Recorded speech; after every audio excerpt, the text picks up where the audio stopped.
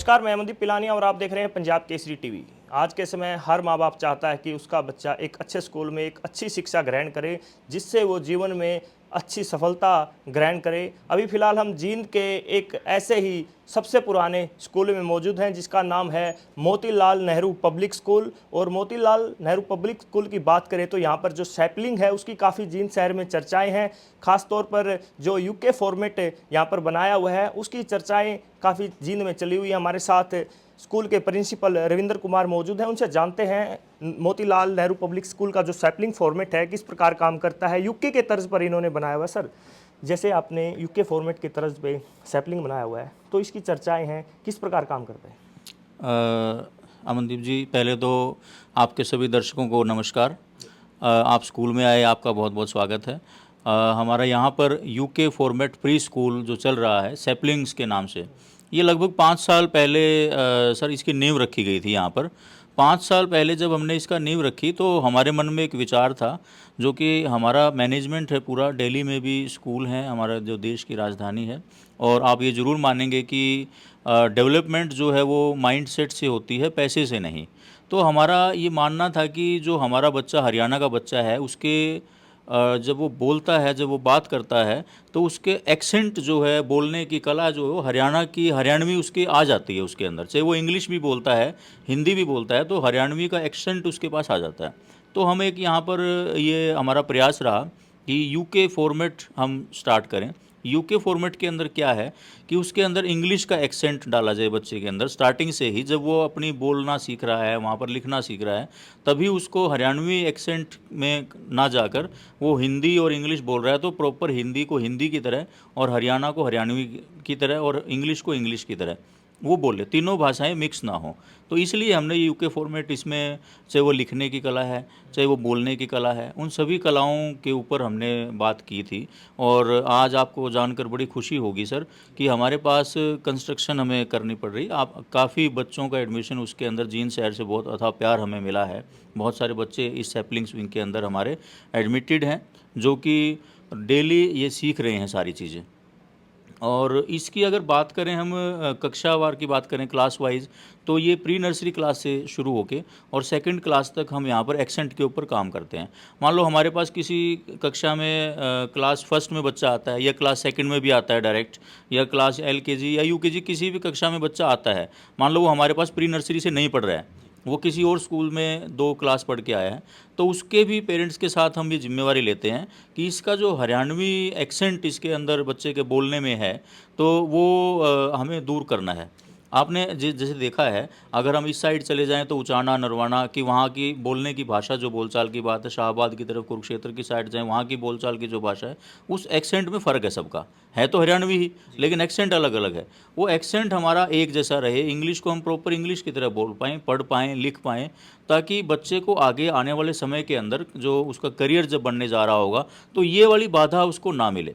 आप देखते हैं नौकरी के क्षेत्र में, हम देखें बाहर जब बच्चा जाता है हमारा, हरियाणा का खासकर, दिल्ली में एमएनसीज़ के अंदर जाता है, तो एक अलग से आइडेंटिफाई होता है वो अपनी बोलने की भाषा के कारण। तो वो उसको थोड़ा सा ना फील हो वहाँ पर, ऐसा हम यहाँ पर रूट्स के अंदर ही ये चीज़ डाल के दे दें बच्चे की, कि वो अपनी भाषा के लिए काम कर सके, लिखने की, बोलने की, जो भी उसका उस उम्र में सीखना है वो सीख सके। सर, पहले की बात करें तो पहले जो बच्चे होते थे, अब के बच्चों में ज़्यादा फ़र्क हम देखने को मिलता है। जैसे अब के बच्चे कंप्यूटर टाइप बच्चे हैं, कैचिंग ज़्यादा करते हैं, बातों को पकड़ते हैं। कैसे देखते हैं आप? मैं इसमें आपको ये कहूँगा मनदीप जी कि आजकल पेशेंस जो है, पेशेंस बहुत कम होता जा रहा है इसमें। चाहे पेरेंट्स की बात हो, चाहे बच्चे की बात हो, जब आप पेशेंस में रह के कोई काम करेंगे और तो आपकी लर्निंग भी बहुत अच्छी होगी, आपकी कंसिस्टेंसी भी बहुत अच्छी होगी, आपकी कंसंट्रेशन भी बहुत अच्छी होगी। आजकल आप ये तीनों चीज़ें देखते हैं बच्चों के अंदर, ना तो कंसिस्टेंसी होती है बच्चों के अंदर, और ऑटो रिएक्शन उसका होता है कि कुछ भी आपने बात कही, एकदम से रिएक्शन उसका बच्चा या पेरेंट्स करने की सोचता है। तो एजुकेशन का जो फील्ड है, जो सेक्टर है, एजुकेशन का मेन मूल जो काम है, वो उसको किताब रटवाना, उसका रिजल्ट बहुत अच्छा है। ये काम एजुकेशन का नहीं है। एजुकेशन का काम है कि बच्चे के अंदर स्वाभाविक बदलाव हों, वो अपने जीवन को जीने की कला को समझे। एजुकेशन का मतलब है कि वो इंसान इंसानियत की तरह चले, और डेफिनेटली जो अच्छा इंसान होगा, अच्छी सोच का इंसान होगा, डेवलपिंग सोच का होगा, फॉरवर्डिंग सोच का होगा, तो वो समाज के लिए भी बहुत अच्छा रहेगा, अपने माता पिता के लिए भी बहुत अच्छा रहेगा। तो हम बच्चों के अंदर वो गुण यहाँ पर डालते हैं जिससे बच्चे के अंदर वो सारी चीज़ें आएँ। इसका छोटा सा एग्जांपल अगर मैं आपको दिखाना चाहूँगा, ये एंटरप्रेन्योरशिप का सर मॉड्यूल है हमारा। एंटरप्रेन्योरशिप ऐसे मॉड्यूल एक मॉड्यूल, और इसके बाद हमारे ये 6 मॉड्यूल हम बच्चों को बताते हैं। इमोशनल इंटेलिजेंस, डिसीजन मेकिंग ये मॉड्यूल है, और लीडरशिप का मॉड्यूल है यहाँ पर, मनी मंत्रा का है। ये मैं आपको क्यों बता रहा हूँ सर, इमोशनल इंटेलिजेंस, आप अपने बच्चों को बात करते हैं, आप घर पे बच्चों को देखते हैं, बच्चे को जिद करनी है, वो आपको कह रहा है कि मुझे ना ये चीज़ चाहिए चाहिए, उसको अपने इमोशंस का नहीं पता है कि मुझे कब ये जो खुशी वाले इमोशंस है किसके साथ शेयर करने हैं। आपने देखा होगा बच्चों को कि वो खुशी वाले इमोशंस कई बार ऐसा होता है कि वो गलत आदमी के साथ शेयर कर जाता है, जिसके कारण वो गलत ट्रैक पे चला जाता है। कई बार वो ख़राब वाले इमोशंस हैं, वो अपने घर पे अपने फादर के साथ, मदर के साथ उल्टा बोल जाता है। आप देखते होंगे कि वो उसकी मदर उसको कह रही है ये काम क्यों नहीं कर, नहीं मैं नहीं करता हूँ, मैं नहीं करती हूँ। तो ये इमोशंस का बैलेंस करना, ये सारा जो गेम है सर, ये पेशेंस का गेम है। जब तक हम, आजकल के बच्चे पेशेंस लेस हैं, जब तक हम उनके अंदर पेशेंस नहीं डालेंगे तब तक वो आगे जर्नी जो उनकी रहेगी वो बड़ी आसान नहीं रहने वाली है, क्योंकि आगे ट्रेंड भी ऐसा ही चलता जा रहा है। आपने कहा कंप्यूटर जैसे बच्चे होते जा रहे हैं, इसमें कोई डाउट नहीं है, बच्चों की शार्पनेस आजकल बहुत है बच्चों के अंदर, बच्चों की कैचिंग पावर बहुत है, लेकिन सही डायरेक्शन में उसकी एनर्जी को यूज़ करवाना ये एक अच्छे स्कूल का दायित्व है। हम उसके पेरेंट्स के साथ मिलके उसकी जो एनर्जी है उसको सही डायरेक्शन में यूज़ करवाने का काम करते हैं। सिक्योरिटी की बात करें तो पेरेंट्स चाहते हैं कि स्कूल में अच्छी सिक्योरिटी हो, अच्छी सुविधा हो, तो बच्चों को, छोटे बच्चों को तो जैसे केयरिंग भी चाहिए, माँ बाप की तरह टीचर्स होने चाहिए। तो कैसा स्टाफ है आपके पास, ट्रेंड है, वेल ट्रेंड? ये हमारे पास सारे टीचर जो हैं सर्टिफाइड टीचर्स हैं, और सैपलिंग्स में तो हमारे पास 20:2:1 का रेशो है। 20:2 मीन्स 20 के ऊपर 2 टीचर्स हैं, और 1 का मतलब है 1 मेड है। एक क्लास के अंदर 20 बच्चे हैं, 2 टीचर हैं और 1 मेड है। ये तो होगी क्लासरूम की बात। इससे अलग अगर बच्चा ट्रांसपोर्टेशन के अंदर आता है, ट्रांसपोर्टेशन के अंदर सभी व्हीकल्स के अंदर कैमरा है, 2-2। जीपीएस ट्रैकिंग है, जो जीपीएस की ट्रैकिंग हमारी स्कूल की ऐप में बच्चों को मिलती है, पेरेंट्स को। पेरेंट्स घर से ही देख सकता है कि उसकी वैन या बस कहाँ पर, किस रूट के ऊपर कहाँ पर पहुँच गई है। उसको कॉल करने की ज़रूरत नहीं है, पूछने की ज़रूरत नहीं है किसी से भी कि बस कितने बजे आएगी, कहाँ आएगी। अगर बस 2-4 मिनट आगे पीछे लेट भी है तो वो उस ट्रैकिंग में देख सकता है। हमने जीपीएस का लिंक सभी पेरेंट्स को प्रोवाइड करवा रखा है। दूसरा है सर सीसीटीवी कैमरास की। पूरे स्कूल के अंदर 150 प्लस सीसीटीवी सर्विलांस है, जिसके अंदर सैपलिंग्स की स्पेशली हम बात करें तो सैपलिंग्स की जो विंग है, आप यहाँ देख रहे हैं कि हमारे पास कैमरा जो खुले हुए हैं, तो मेरे पास यहाँ खुद एक्सेस है इस चीज़ का। मैं यहाँ से वॉच करता हूँ। हमारा एक कंट्रोल रूम है इसके लिए स्पेशली, जहाँ पर सारे कैमराज वर्किंग हैं। कोई भी बच्चे से रिलेटेड कोई इशू हमें लगता है, कोई बात लगती है, तो हम उसको बैकवर्ड करके उनको ज़रूर चेक करते हैं, कोई ऐसी सेफ्टी की बात आती है तो। सर, उच्च शिक्षा की बात करें तो ज़्यादातर बच्चे कोटा की तरफ रवाना हो रहे हैं शिक्षा ग्रहण करने के लिए, वहाँ पर पेरेंट्स भेजते हैं। तो ऐसी शिक्षा यहाँ पर जींद में क्यों नहीं मिल रही बच्चों को कि कोटा का रुख करना पड़ रहा है बच्चों को? देखो अभी नई शिक्षा नीति 2020 में जो उसका ड्राफ्ट आया था, उसके बाद नई शिक्षा नीति के ऊपर सरकार बात कर रही है, तो हमने भी सुझाव उसमें भेजे थे। हमें शिक्षा के अंदर, खासकर उच्च शिक्षा की अब जो बात कर रहे हैं, उसके अंदर क्रांतिकारी बदलावों की ज़रूरत है। तो देखो, हम तो अपने स्कूल के अंदर कम से कम इतना तो कर सकते हैं कि बच्चों को और पेरेंट्स को, देखो 2 बातें हैं, समय बहुत कीमती है। हमें जो बच्चा है पढ़ने वाला, उसका समय बचाना है, और जो माँ बाप हैं, जो पेइंग है, जो पैसा देगा, उसका पैसा बचाना है। हम इसको 2 तरीके से देख रहे हैं, उसका समय बचे और उसका पैसा बचे। लेकिन कैसे बचेगा? ये तो सभी कह रहे हैं कि स्कूल में कोचिंग मिल रही है, कोटा चले जाओ या नहीं चले जाओ। आजकल ट्रेंड अलग अलग तरीके के हैं, बड़ी क्लासेस की आप बात करें तो। लेकिन हमने जो कोचिंग माइंडसेट का टीचर है, वो टीचर आईआईटी एनआईटी बैकग्राउंड का टीचर है, वो टीचर हमने स्कूल में असेंबल किए। एक अलग से हमने कोचिंग की विंग डेवलप की। हमने 30-30 के बैचेस बनाए, 9 2 + 2। 9-10th के अंदर हम जो कोचिंग दे रहे हैं वो फाउंडेशंस की कोचिंग दे रहे हैं।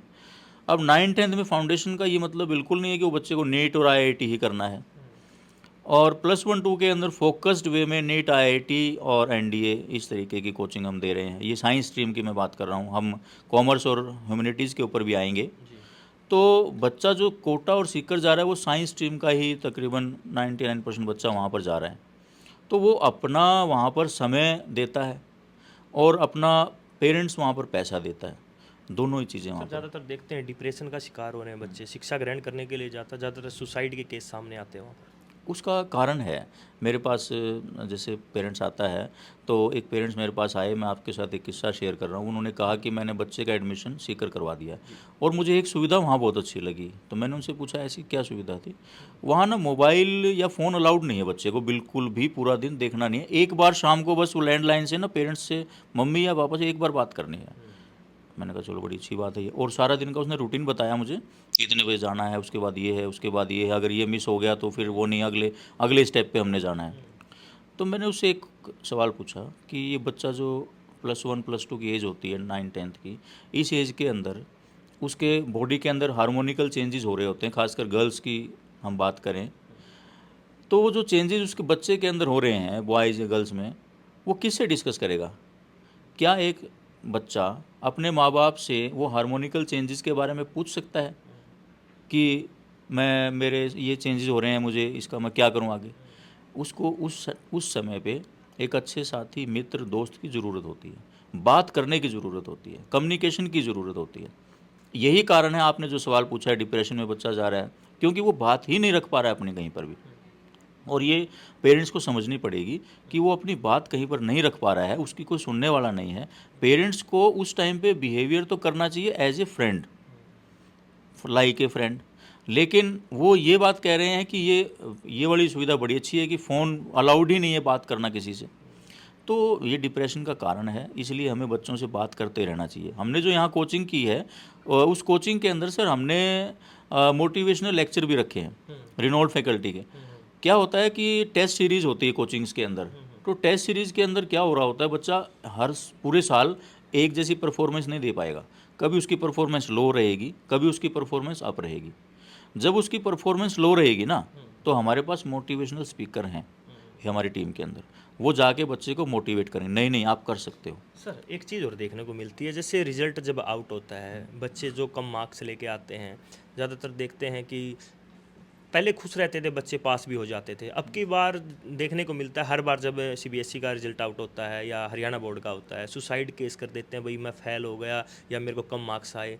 तो पेरेंट्स को ध्यान रखना चाहिए इन चीज़ों का कि बच्चे को मोटिवेट करे अगर पढ़ाई में पीछे रहता है तो। देखो बच्चा किसी भी जगह पे पढ़ रहा हो तो मैं तो ये तो ज़रूर कहूँगा कि बच्चों के साथ कम से कम इतना प्रेशर तो ना बना के रखें। और ये अगेन वही बात है सर कि ये जो एज है, इस एज में सबसे ज़्यादा बात करने की ज़रूरत है, और इसी एज में सबसे ज़्यादा गैप बनाने का कोशिश जो ये कोचिंग व्यवस्था है हमारे कंट्री की, जिसकी ओर सरकार का शायद ध्यान नहीं है, ये उसी गैप को बढ़ाने का काम हो रहा है। जब तक आप इस टाइम पे कोचिंग को स्कूल के अंदर, एनईपी के अंदर इंट्रोड्यूस करके कोचिंग स्कूल में ही दी जाए। साथ में एक संस्था तो कह रही है कि 6, 7, 8 से साइंस में से ये वाले टॉपिक डिलीट हो गए, ये हमारे पास मैसेज आ रहा है सिलेबस में। लेकिन वही टॉपिक अगर आपको नीट के एग्ज़ाम में देखने को मिलते हैं तो वो बच्चा क्या करेगा? ये तो इनडायरेक्ट वे से उसकी तरफ बच्चे को मोटिवेट किया जा रहा है कि तुम वहाँ तो जाना ही पड़ेगा। तो वहाँ जाना पड़ेगा तो वो गैप बढ़ेगा ही बढ़ेगा। और जो आप ये डिप्रेशन और ये सुसाइड वाली बात कर रहे हैं, फिर ये होना लाजमी है, क्योंकि माँ बाप उससे दूर हो गए हैं। फ़ोन आज के टाइम में ऐसा है कि जिसके कारण भी माँ बाप के पास समय नहीं है, टीचर के पास समय नहीं है, बच्चे के पास समय नहीं है, एक दूसरे से बात करने का समय नहीं है। ये तो आप अपने घर में भी देखते हैं, 4 मेंबर हैं तो 4 फ़ोन हैं, 10 मेंबर हैं तो 10 फ़ोन हैं, सभी अपने अपने काम में व्यस्त हैं। तो हमें इस व्यवस्था को बदलना पड़ेगा।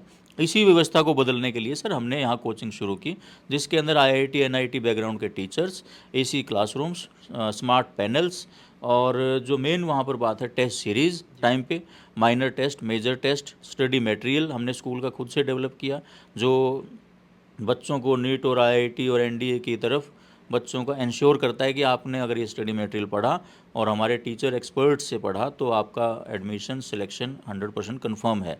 आपको ये बात ताज्जुब होगी जान के सर कि ये तो हमने फैसिलिटी इस बार दी है, उसका कारण है कि ट्रेंड ऐसा है कि भाई कोचिंग भी चाहिए है आजकल। जो मैंने आपको बताया कि सिलेबस में ये चीज़ है और उसमें ये है, तो इसलिए कोचिंग का भी एक डिमांड था, इसलिए हमने एक विंग ही अलग से डेवलप कर दी इसकी। तो लेकिन उससे पहले ये स्कूल तो चल रहा है 30 साल से लगभग। इस स्कूल के रिजल्ट्स जो रहे हैं वो हमेशा शानदार रहे हैं सर। डिस्ट्रिक्ट टॉपर देने का काम स्कूल ने बहुत बार किया है। हमारे यहाँ से आईएएस, आईपीएस ऑफिसर, एचसीस, बहुत सारे ऑफिसर, जुडिशरी के अंदर हमारे अभी 2 बच्चे 2012 कितने सेशन साल के से सेवाएं दे रहा है सर जींद में स्कूल? लगभग 30 साल इसको स्कूल को हो गए हैं।